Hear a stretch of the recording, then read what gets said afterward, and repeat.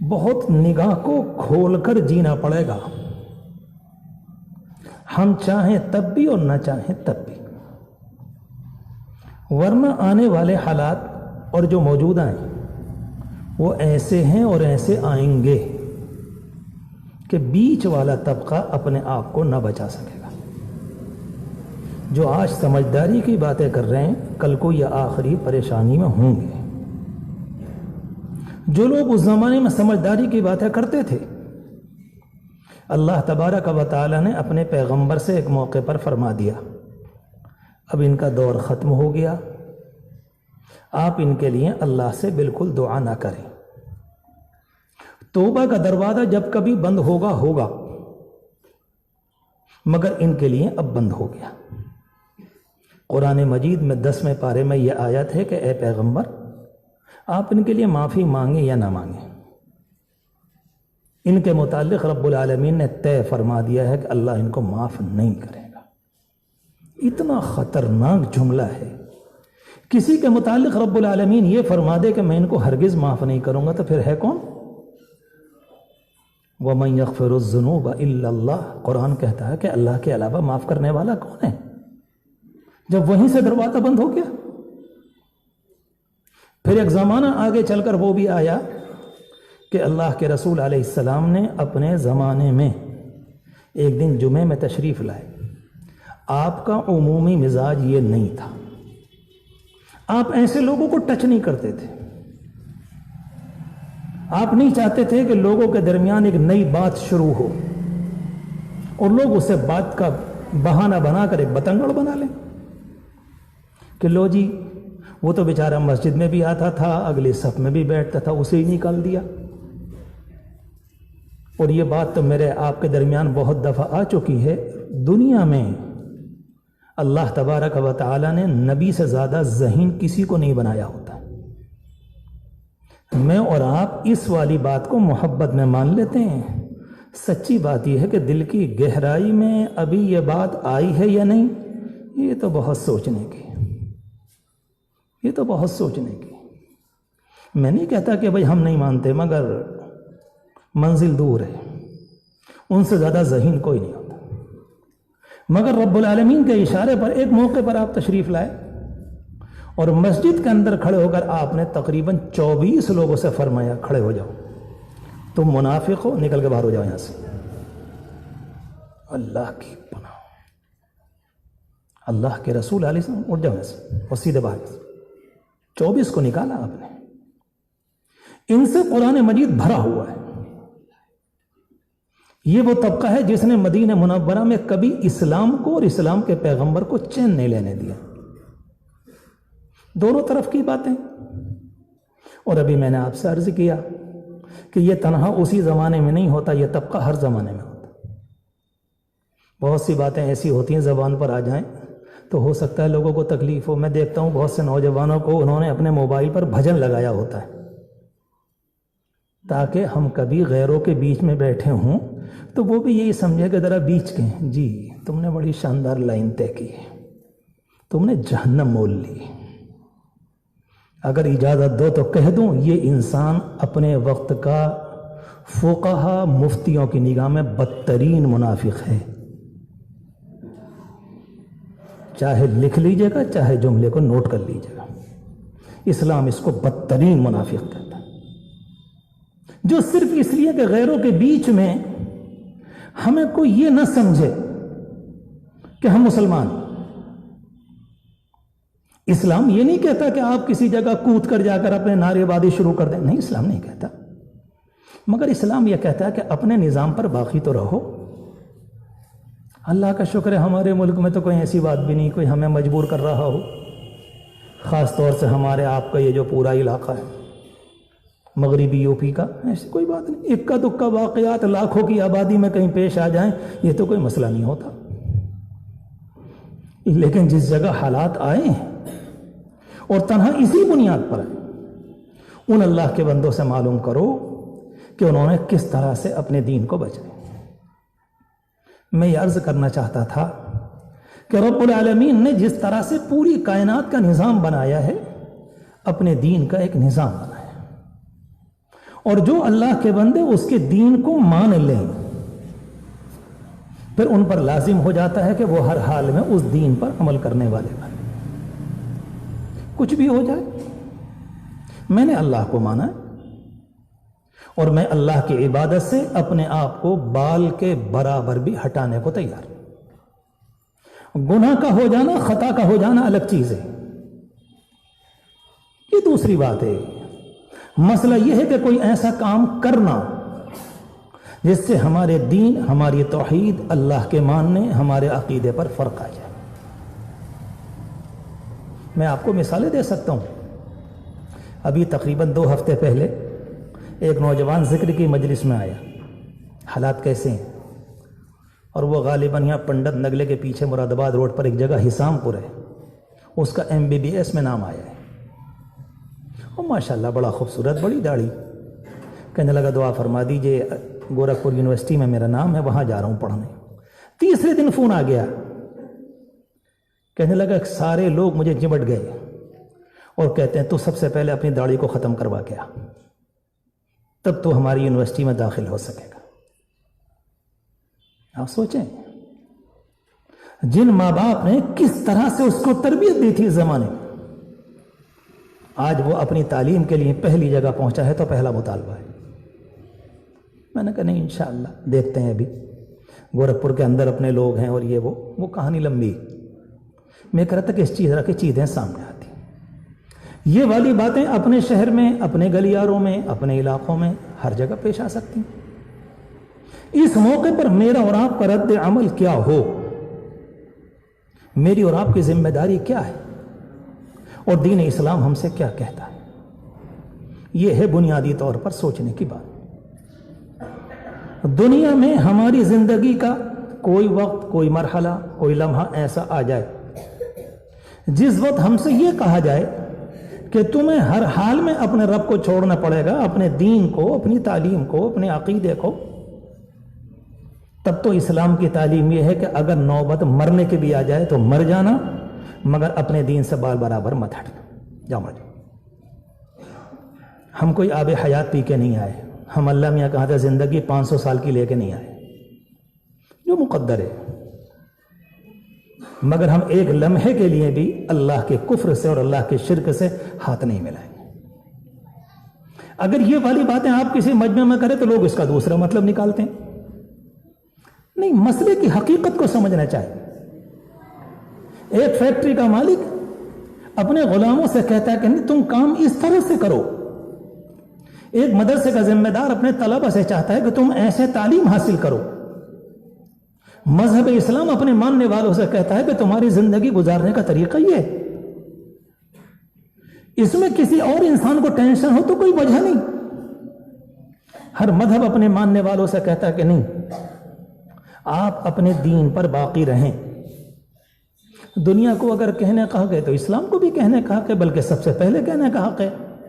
ایک سچا دین ہے، طبیعت کے مطابق ہے، دل میں اترنے والا ہے، کوئی مشکل نہیں، سمجھ میں آنے والی کوئی بات ایسی نہیں کہ آپ نہ سمجھ سکیں. کیوں نہیں سمجھ سکتے؟ کون سی ایسی اسلام کی بات ہے جو ہمارے اور آپ کے لیے مشکل ہو؟ اس لیے میں نے عرض کیا کہ اس طرح کے حالات ہیں. اس موقع پر اسلام کی ذمہ داری مجھ سے اور آپ سے جو مطالبہ ہے کہ تم اسے پورا کرو. کچھ بھی ہو جائے، انبیاء علیہم الصلاۃ والسلام کے زمانے میں جو ان پر حالات پیش آئے، قرآن مجید کے ذریعے وہ میری اور آپ کی رہنمائی کرتے. یہ کوئی جذباتی موضوع نہیں ہے کہ میں آپ کے سامنے چلا کر شور ہنگامے میں ایک بات کرنا. نہ اس کے ایک ایک لفظ پر غور کرنا پڑے گا، پھر اس کے بعد اپنے آپ کو تولنا پڑے گا کہ اس اعتبار سے میری پوزیشن کیا ہے. اسلام نے تو حضور پاک علیہ الصلوۃ والسلام کے واقعات سنا کر اس زمانے کے مسلمانوں کی پوزیشن تیار کر دی، بتلا دی. مکہ مکرمہ جس کے اندر بیت اللہ، جس کے اندر مطاف، جہاں مقام ابراہیم، اس کے قریب میں مینا، اس کے قریب میں عرفات، اس کے قریب میں مزدلفہ کا میدان. مگر اللہ نے اپنے پیغمبر اور سے یہ کہہ دیا اگر اللہ کے سامنے پیشانی کے جھکانے میں پریشانی آ رہی ہے یہاں سے چلے جاؤ. آپ سوچ سکتے کہاں سے نکلوایا ہے اور کہاں بھیجا؟ ملک حبشہ میں. وہ اپنوں کا نہیں، وہ تو عیسائیوں کا ملک تھا.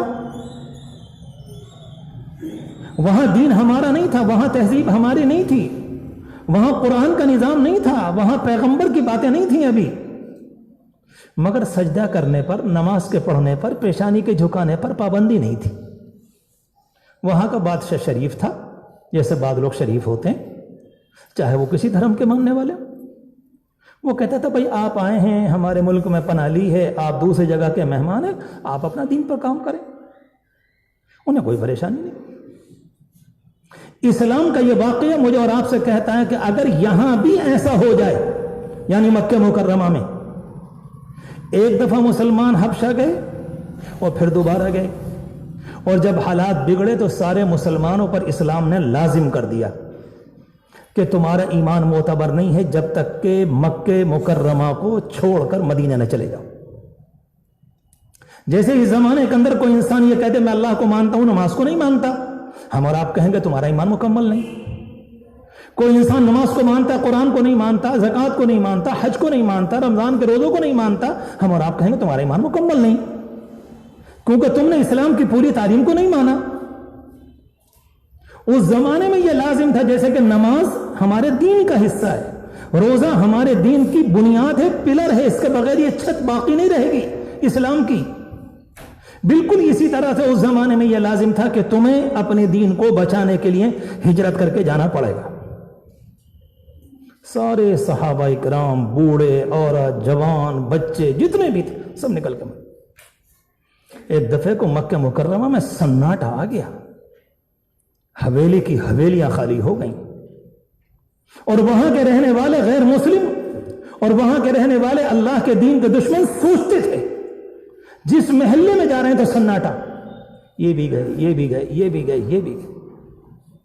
اور لوگ معلوم کرتے ہیں کیوں گئے؟ کہا صرف ایک وجہ تھی، اللہ کے سامنے پیشانی نہیں جھکانے دی جا رہی تھی. ایسی جگہ چلے گا جہاں آرام سے اللہ کو مان سکے. کیا دین ہے!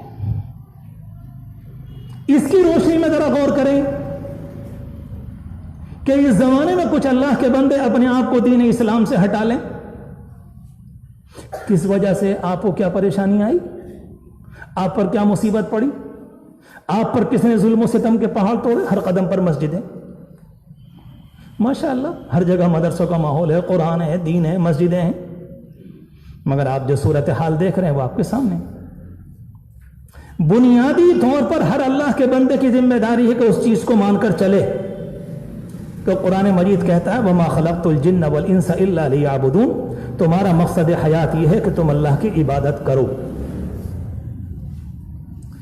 کھل کر کہنا چاہتا ہوں آپ سے، سچی بات تو یہ ہے کہ ہر مسلمان کے ذہن میں یہ بات ہو، مر جائیں گے مگر مسواک جیسی سنت سے بھی نہیں ہٹیں گے.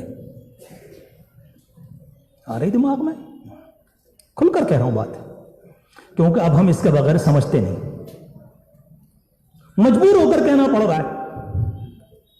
ہمیں اس دنیا کی تلاش ہے جہاں پر عافیتیں، سکون کے ساتھ ہم جنت پہنچ جائیں. اور رب العالمین فرماتا ہے کہ میں نے جنت کا راستہ ایسا نہیں بنایا ہے جیسا تم سوچ رہے ہو، پھولوں کی سیج پہ ہو کے، کانٹوں سے بچتے ہوئے، پریشانیوں سے نہ الجھتے ہوئے، نہ کوئی ٹکراؤ، نہ کوئی مصیبت، نہ کچھ نہ کچھ نہ کچھ، اور ہم اوپر پہنچ جائیں. کہا نہیں. قرآن مجید بار بار کہتا ام حسبتم ان تدخلوا الجنہ، تم سمجھتے ہو کہ جنت میں ایسے چلے جاؤ اور تمہارے اوپر حالات نہ آئیں؟ حالات تو آئیں گے، آ کر رہیں گے. قرآن کی روشنی میں عرض کر رہا ہوں، قرآن کی روشنی، آئیں گے، آ کر رہیں گے.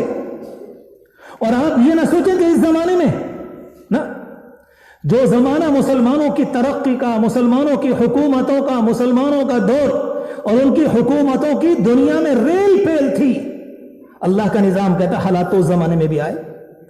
کیوں نہیں آئے؟ اس زمانے میں تو آپ یہ کہہ دیں گے یہ دشمن، یہ دشمن، یہ دشمن، اور اس زمانے میں کیا تھا؟ وہ تو سب کلمے والے تھے. آپ کے اطاریہ کا جو واقعہ ہے اس زمانے کس کا واقعہ؟ چاروں طرف مسلمانوں کی حکومتیں تھی اور اتنے خطرناک حالات ہے کہ ان کو بیان کرتے ہوئے بھی انسان کو لرزہ آتا ہے کہ بعض شہروں میں ایسا لگتا ہے کہ مسلمان اور اسلام کا بیج مار دیا گیا. ایک شہر کے اندر 16 لاکھ لوگ مارے گئے تھے, ایک عورت بچی تھی. میں صرف ایک شہر کی بات کر رہا ہوں, ایک عورت بچی تھی. یہ تو لازم ہے. اب یہ سوچنا ہے کہ ان حالات کے آنے کے بعد کیا صورت ہے جس کی بنیاد پر کوئی مسلمان باقی رہ جائے. ایک طریقہ تو یہ کہ میں اور آپ خوش فہمی میں یہ کہہ دیں کہ نہیں کچھ بھی نہیں ہوگا, دیکھا جائے گا. کہنے کو بڑا آسان ہے, عین موقع پر بہت مشکل ہے. میں آپ کو ایک مثال دیتا ہوں, انشاءاللہ آپ برا نہیں مانیں گے, بات کو سمجھیں گے. قرآن مجید کی ایک آیت ہے جو ہم اور آپ نماز میں پڑھتے ہیں, ایاک نعبد و ایاک نستعین. ہر بندہ کہتا ہے اللہ ہم تیری عبادت کرتے ہیں, تیری کرتے ہیں, تیری کرتے ہیں, تیری کرتے ہیں, بار بار کہتا ہے. عبادت کیا ہے؟ اپنے وجود کو اللہ کے حوالے کر دینا. ہم آپ کے علاوہ دین میں, دین کے نظام میں, زندگی میں, حرام میں, حلال میں, عبادت میں, دعا کے مانگنے میں, رونے میں, ڈرنے میں, کانپنے میں, اے اللہ ہم آپ کے علاوہ کسی اور طرف کو نہیں دیکھیں گے. ڈریں گے تو آپ سے محبت ہے, تو آپ سے مانیں گے تو آپ کی اطاعت ہے, تو آپ کی نہیں, اللہ کا نظام ہے. یہ بندہ اقرار کر رہا ہے نماز کے اندر ایاک نعبد, اور اس کے بعد بڑا شاندار جملہ ہے وَإِيَّاكَ نَسْتَعِينُ. اے اللہ یہ تو بھی جانتا ہے ڈگر مشکل ہے, میں تجھ سے مدد چاہتا ہوں, تو چلوائے گا تو ہم چلیں گے, ورنہ اپنے بل بوتے پر کہاں چل سکتے ہیں. وَإِيَّاكَ نَسْتَعِينُ بڑا قرآن پیارا ہے واقعی. عجیب و غریب جملے قرآن مجید کے ہوتے ہیں. آپ اس والی آیت کو میں بھی, آپ بھی, ہمارا پورا سماج, اس زمانے کے مسلمان پڑھتے ہیں, لیکن آپ ذرا سوچیں کیا واقعتاً ہم نے اس کے مطابق زندگی گزاری ہے؟ میں صرف ایک مثال دیتا ہوں کہ اس زمانے میں اپنے بچوں کو جو ہم نے کالجوں کے, دہریوں کے, اسلام دشمنوں کے حوالے کیا ہے نا, انہوں نے ہمارے بچوں کا جو ستیہ ناش کیا ہے, اور جس طرح سے ہم نے ادھر سے آنکھیں موندی ہیں, بھاڑ خانہ ہو جائے, بن جائے شاندار ڈاکٹر, دہریہ ہوگا, پیسے تو آئیں گے, ارے دہریہ تو ہوگا, خدا کا نافرمان ہوگا, ہوا کرے. یہ وہ قوم ہے جو دن رات ایاک نعبد و ایاک نستعین کے گیت گاتی ہے. اور اگر کبھی کوئی کسی موقع پر کچھ کہہ دے کہ بھئی کیا, تو باقاعدہ ہمیں برا لگتا ہے. میرے پیارو, حقیقت کے سننے کے عادی بنو. یہ بیکار کی باتیں ہیں کہ یار بڑی سخت باتیں, نہیں سخت نہیں, یہ قرآن کی ہیں, اور اس کے بغیر میرا اور آپ کا تحفظ نہیں ہے, بچ نہیں سکیں گے, ناممکن. پرانے زمانے میں وہ جو طبقہ تھا جس کا میں نے ذکر کیا, کبھی وہ یہاں آتے تھے, کبھی وہاں جا کر بیٹھتے تھے, تو لوگ ان سے کہتے تھے کہ تم ان کے پاس گئے تھے, معلوم ہے کیا کہا کرتے تھے؟ ارے یہ تو سب ایسے ہی ہیں. آج کی زبان میں ترجمہ کروں تو وہ یہ کہتے تھے یہ سب کٹ ملا, انہیں کون مانتا ہے, ہم تو تمہارے ساتھ ہیں. اور یہی جملے اس زمانے میں استعمال کیے جاتے ہیں. ایسے اپنے آپ کو بنایا جاتا ہے. شادی کے موقع پر باقاعدہ اس کی شکل و صورت اس طرح سے ہوتی ہے کہ کسی کو یہ پتہ نہ چلے کہ ایک مسلمان کی شادی کہ غیر مسلم کی شادی, پتہ نہیں چل پاتا. ہم نے بیچ کی راہ اپنائی اور بڑے اطمینان کے ساتھ. نہیں, قرآن مجید کہتا ایاک نعبد و ایاک نستعین, اللہ تیری عبادت ہے. ان دونوں باتوں کو سامنے رکھیں, اس زمانے کے حالات کو سامنے رکھیں, اور ابھی عرض کیا کہ حالات آئے ہیں, آئیں گے, اس سے بھی بدترین آئے. یہ جو ہم سے بار بار کہا جاتا ہے نا سورہ کہف پڑھو, سورہ کہف پڑھو, سورہ کہف پڑھو, اس لیے تو یہ سارا تو واقعی اپنے ملک میں نظر آتا ہے. میں آپ سے سچ کہتا ہوں, دنیا کے کسی ملک میں چلے جاؤ, بیچارے کیسے کمزور گنہگار مسلمان ہیں, لیکن پوری دنیا بھر میں تقریباً سورہ کہف کے مڑنے کا معمول 100% ہوتا ہے. ساری مسجد میں بھن بھناہٹ, سب پڑھو. ایک ہندوستان کا جمعہ ہے, اور خاص طور سے ہمارے پورے علاقے کا, وہ نماز سے 10 منٹ پہلے شروع ہوتا ہے. اس لیے امام غزالی رحمۃ اللہ علیہ فرما گئے تھے کہ اپنے زمانے کا سب سے بدترین انسان وہ ہے جو جمعے کی صبح کو دوست سے یہ معلوم کرے آج کون سا دن ہے. کہا یہ زمانے کا سب سے بدترین انسان. صحابہ کرام ایک دن پہلے سے تیاری کرتے تھے کہ کل کو جمعہ ہے, شاندار طریقے پر گزار. تو بعد میں عرض کر رہا تھا کہ یہ حالات ہیں. اس صورتحال میں کوئی اللہ کا بندہ اپنے آپ کو بچانا چاہے, کیا طریقہ ہے؟ ظاہر بات ہے, میں نے حالات بتائے, ذکر کیا, آپ بھی جانتے ہیں الحمدللہ. کیا وہ شکل جس کی بنیاد پر میرے اور آپ کے اور بچوں کا ایمان بچ جائے؟ میں اس کی صرف ایک مثال دیتا ہوں. ابراہیم علیہ السلام کی ایک لمبی چوڑی تاریخ ہے, اگر اس میں جائیں گے تو بہت لمبی بات ہوگی. میں صرف اشاروں کے اندر کہتا ہوں کہ اس اللہ کے بندے کی پہلے اپنے ماں باپ سے, پھر خاندان سے, پھر شہر والوں سے, پھر دوستوں سے, پھر پوری قوم کے لوگوں سے, اس زمانے کے بادشاہ سے, اس زمانے کے لوگوں سے بات بات پر اختلاف. ایک اللہ کے بندے کا نور ایمان یہ کہہ رہا, اندر کی فطرت یہ کہہ رہی ہے کہ تم جو کچھ دنیا میں کر رہے ہو یہ میل نہیں کھاتا, نہیں یہ میل نہیں کھاتا. اور وہ بار بار معلوم کرتے ہیں, اچھا یہ بتاؤ دلیل کیا ہے, کیوں کرتے ہو سارے کام؟ ان کے پاس کوئی دلیل نہیں, کل بھی نہیں تھی, آج بھی نہیں ہے, پرسوں کو بھی نہیں ہوگی. اور وہ صرف ایک دلیل ہے, وجدنا علیہ آباءنا, کہ بھئی اب ماں ابا کرتے چلے آئیں, لہذا ہم بھی کر رہے ہیں. کفر کی, شرک کی دنیا میں اس سے بڑی کوئی دلیل نہیں, کوئی ان کے پاس نہیں. اسلام نے اگر کسی بات کو کہا ہے تو الحمدللہ پوری دلیل کے ساتھ کہا ہے, اور کوئی اللہ کا بندہ سمجھنا چاہے تو اس کو سمجھ سکتا ہے.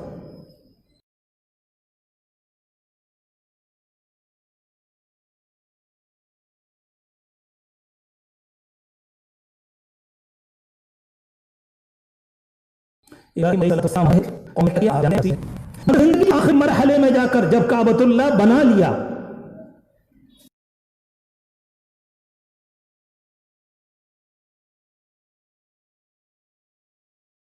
اور اللہ بندہ رب العالمین سے کیا دعا کرتا ہے؟ وَجُنُبْنِي وَبَنِيَّ أَن نَّعْبُدَ الْأَصْنَامَ, اے اللہ مجھے میری نسل کو بت پرستی سے بچا لے. ابراہیم, اللہ کی لاکھوں رحمتیں تم پر, تم کیا کہہ گئے دنیا سے, کھربوں کھربوں رحمتیں تم پر, تم ہمیں جینے کا سلیقہ دے گے. میں آپ سے معلوم کرتا ہوں کہ انہیں دعا کی کیا ضرورت تھی؟ کیا نعوذ باللہ پوجا کر رہے تھے؟ بتاؤ مجھے. اور دعا میں یہی کہتے ہیں کہ رب العالمین ہمیں اس سے بچا لے کہ مجھے اور میری نسل کو ہماری پیشانی تیرے علاوہ کسی اور کے آگے جھکے. اس زمانے میں جب اس طرح کا موضوع ہم اپنے جوانوں سے کہتے ہیں تو وہ فوراً کہتے ہیں کہ جی ہم تو پوجا نہیں کرتے بتوں کی. میرے پیاروں, اکیلے بت وہ نہیں ہوتے جو مٹی کے اسٹیچو ہوتے ہیں. یہ خواہش نفس جو ہے یہ الگ ایک بت ہے. یہ پیٹ اور اس کے لیے حرام کا انتظام کرنا یہ الگ ایک بت ہے. یہ شرمگاہوں کی پوجا اور اس زمانے کے اندر پوری کوشش یہ کرنا کسی طرح سے میرے ناپاک عزائم پورے ہوں, یہ ایک بت ہے. لڑکیوں کے چہروں کو دیکھنا اور اپنی زندگی کو تباہ کرنا, اس کے اوپر یہ اس زمانے کا بت ہے. اس کو کہا تھا ابراہیم علیہ السلام نے, وَجُنُبْنِي وَبَنِيَّ أَن نَّعْبُدَ الْأَصْنَامَ, بت کیسے ہی ہوں, اے اللہ میری نسل کو بچا لے. ورنہ اس اللہ کے بندے نے تو مرمت کی تھی, اس نے تو کبھی بتوں کی پوجا نہ کی. ہم لوگ غلط سمجھتے ہیں کہ بت صرف ایک ہے. قرآن کہتا ہے افرأیت الذی, کیا تم نے اس انسان کو دیکھا, افرأیت الذی من اتخذ الہہ ہوا, جس نے اپنی خواہش کو اپنا معبود بنا لیا. خواہش کو بھی انسان کبھی معبود بنا دے, نہیں یہ کام کرنا ہے, اسلام منع کر رہا ہے, ہوا کرے, میری خواہش کہہ رہی مجھے یہ کرنا ہے, مجھے یہ کرنا ہے, مجھے یہ کرنا ہے, مجھے یہ کرنا ہے. اسلام کیا کہہ رہا ہے؟ ہوا کرے, مجھے یہ کرنا ہے. یہ انسان وہ ہے جس نے اپنی حالانکہ اسلام کے ماننے والے کا جملہ تو یہ ہونا چاہیے تھا, کچھ بھی ہو جائے میں اسلام اور تعلیم عقیدہ توحید سے بال کی برابر ادھر ادھر نہیں. ایک بات. دوسری بات, حضرت یعقوب علیہ السلام حضرت ابراہیم علیہ السلام کے بیٹے حضرت اسحاق, اور حضرت اسحاق کے بیٹے حضرت یعقوب, اور حضرت یعقوب علیہ السلام کے بیٹے حضرت یوسف. حضرت یعقوب علیہ السلام کون ہیں؟ ان کے باپ بھی نبی, ان کے دادا بھی نبی, ان کی اولاد میں بھی نبی. جیسے میرے اور آپ کے یہاں رشتہ چلتا ہے نا, یہ چچا, یہ تاؤ, یہ خالو, یہ مامو, یہ فلاں, آپ یقین جانیں بنی اسرائیل میں پرانے زمانے میں ایسے نبوت چلا کرتی تھی. پتہ چلا کہ دادا بھی نبی, پوتا بھی نبی, چچا بھی نبی, فلاں بھی نبی, فلاں بھی نبی. رب العالمین کی طرف سے انسانوں کے لیے انعام تھا کہ انسانوں کو گناہ سے بچانے کے لیے کچھ رحم دل، کچھ اللہ کے بندے ہونے چاہیے، وہ بغیر کسی وجہ کے انسانوں پر محنت کریں، بغیر کسی وجہ کے نہیں۔ ان اجری الا علی اللہ، ہمارا معاملہ تو اللہ کے اوپر ہے، ہم تو تمہیں جہنم کی آگ سے بچانے آئے، ہمیں تمہارے مال سے کوئی غرض نہیں۔ اس لیے نبی کبھی بھی غصہ نہیں ہوتا کہ تم کیا کہہ رہے ہو کہا کرو، تم کیا کہہ رہے ہو کہا کرو۔ یعقوب علیہ الصلوۃ والسلام نے زندگی کے حالات دیکھے، کتنے، بیٹا بھی غائب ہو گیا اور کیا اور کیا اور کیا۔ میں صرف اشارہ کر رہا ہوں آپ سے، لیکن ایک وقت وہ آیا کہ انہیں اندازہ ہو گیا کہ اب میرے جانے کا وقت ہے، وقت رخصت قریب ہے، مجھے دنیا سے جانا ہے۔ جس وقت وہ دنیا سے جا رہے ہیں اس زمانے میں ان کے گھر کے اندر اعلیٰ درجے کے اللہ والے، وہ جن کو دیکھ کر انسانوں کی نگاہیں اپنی پیاس بجھا لیں، جن کو دیکھ کر انسانوں کے دلوں کو قرار آ جائے، نبی اللہ کے خاص بندے اس زمانے میں موجود۔ اور یعقوب علیہ الصلوۃ والسلام لیٹے ہوئے تھے، بوڑھے تھے، آخری وقت تھا، خاندان کے سب آ چکے تھے۔ اس موقع پر انہوں نے کہا کہ سب جب جمع ہو گئے، کہا میں تم سے ایک بات معلوم کرنا چاہتا ہوں مرنے سے پہلے۔ اور قرآن مجید کے پہلے پارے میں وہ بات موجود ہے، کہا کہ یہ بتاؤ ما تعبدون من بعدی، میرے مرنے کے بعد تم عبادت کس کی کرو گے یہ بتاؤ۔ اس زمانے میں کوئی ہم سے یہ والی باتیں کرے تو کیا کہتے ہیں مولوی صاحب آپ کو ہم پر شک ہے؟ تو کہ یعقوب کو شک تھا کیا؟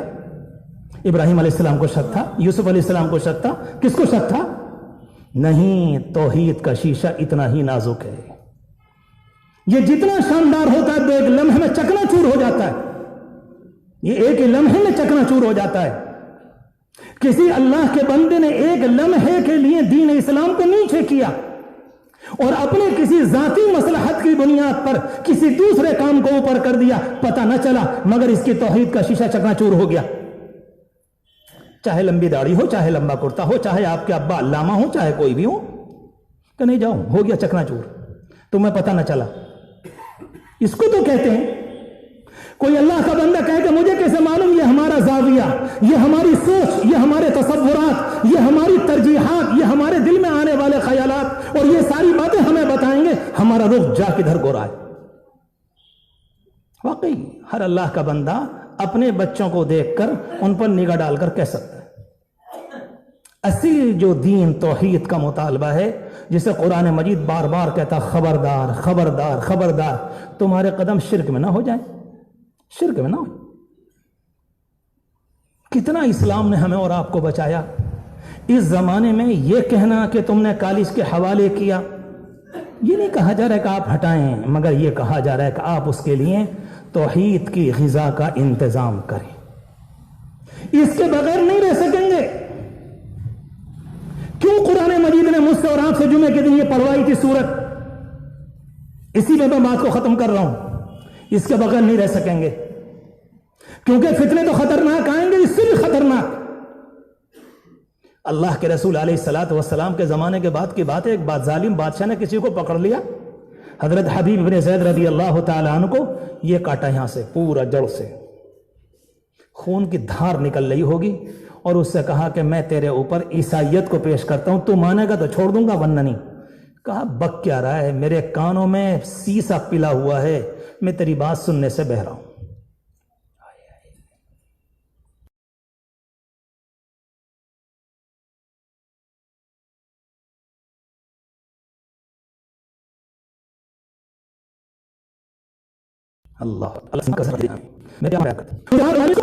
کہا میں تیرے اوپر دوسرے دین کو پیش کرتا ہوں، مانتا کہ نہیں مانتا؟ کہا نہیں مانتا۔ اس کے بعد ٹانگ کو کاٹا، اس کے بعد اس کو کاٹا اور وہیں گر گیا، مگر یہ کہہ کر کہ اللہ جان آپ کی تھی، آپ کے حوالے کر دی، اب آپ جانے۔ اسے کہتے ہیں ایک اللہ کے نبی کا واقعہ، اس کے بعد میں نے یعقوب علیہ السلام کا واقعہ۔ اس زمانے میں ہر آدمی سوچے کہ میں نے اپنے بچوں کے لیے کون سی غذا دیے، کم از کم توحید کا سبق، شرک سے آخری درجے کی نفرت ہونی چاہیے۔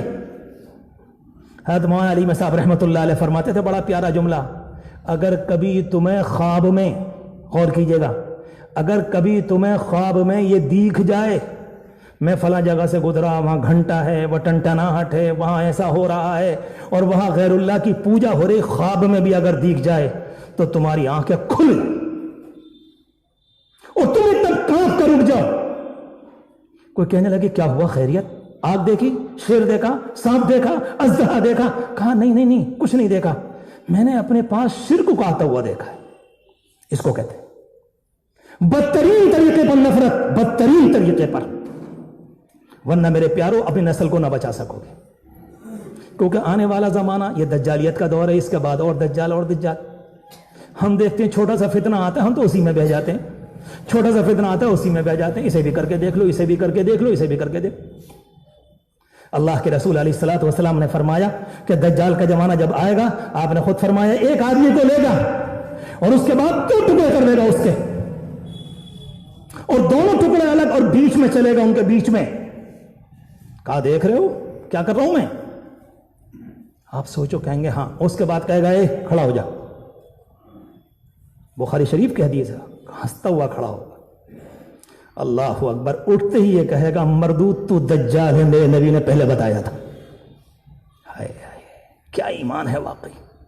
دو ٹکڑے کرنے کے بعد اور ساری دنیا دہل جائے گی۔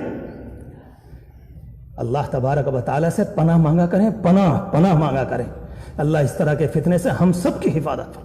اللہ کے رسول علیہ السلام نے فرمایا کوئی نبی ایسا نہیں گزرا جس نے اپنی امت کو دجال سے نہ ڈرایا، کوئی نبی ایسا نہیں گزرا، اور میں تمہیں اس کا طریقہ بتاتا ہوں، اور آپ یہ طریقہ دے کر گئے کہ فتنہ آئے گا تو اس سے بچنے کا طریقہ صرف یہ، ایمان کا کمال، ایمان کی مضبوطی، توحید کا کمال، اور یہ تمام چیزیں کس طرح سے حاصل ہوں گی کہ کوئی اللہ کا بندہ روزانہ صبح و شام کچھ اللہ کو ذکر کا معمول بنائے، کچھ نمازوں کی پابندی، کچھ قرآن کی پابندی، کچھ اللہ کو منانا، اے اللہ میرے ایمان کی حفاظت، اے اللہ میرے ایمان کی حفاظت، اے اللہ میرے ایمان کی حفاظت۔ اصل یہ ہمارے حضرت جی دامت برکاتہم، ہمارے پیر صاحب ایک موقع پر آخری بات عرض کر دوں، روس گئے تھے، تقریباً 70 دن رہ کر آئے تھے۔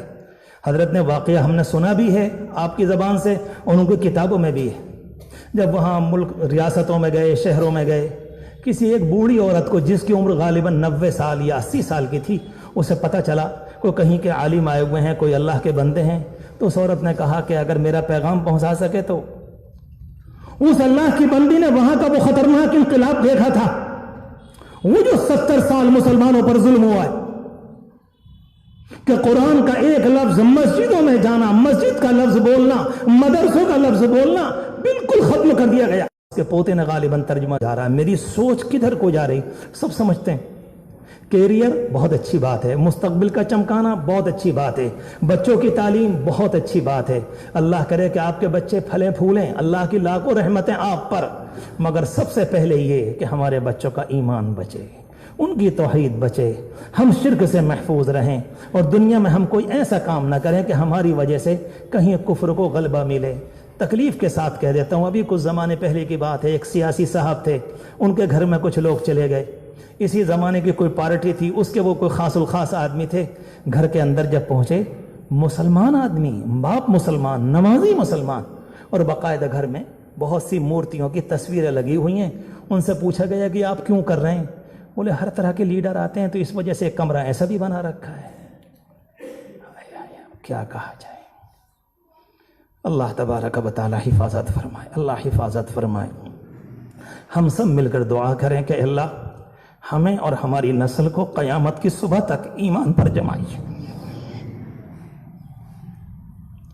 ہمیں کفر سے بچائیے، ہمیں شرک سے بچائیے، ہمیں مرتد و دہریہ ہونے سے بچائیے، ہمیں اپنا پیار نصیب فرما، اپنے نبی کی تابعداری محبت نصیب فرما، ہمیں سچا مسلمان بنا دے۔ اے اللہ ہمارے مرحومین اور آج کل میں جن کا انتقال ہوا تمام مرحومات کی مغفرت فرمائے۔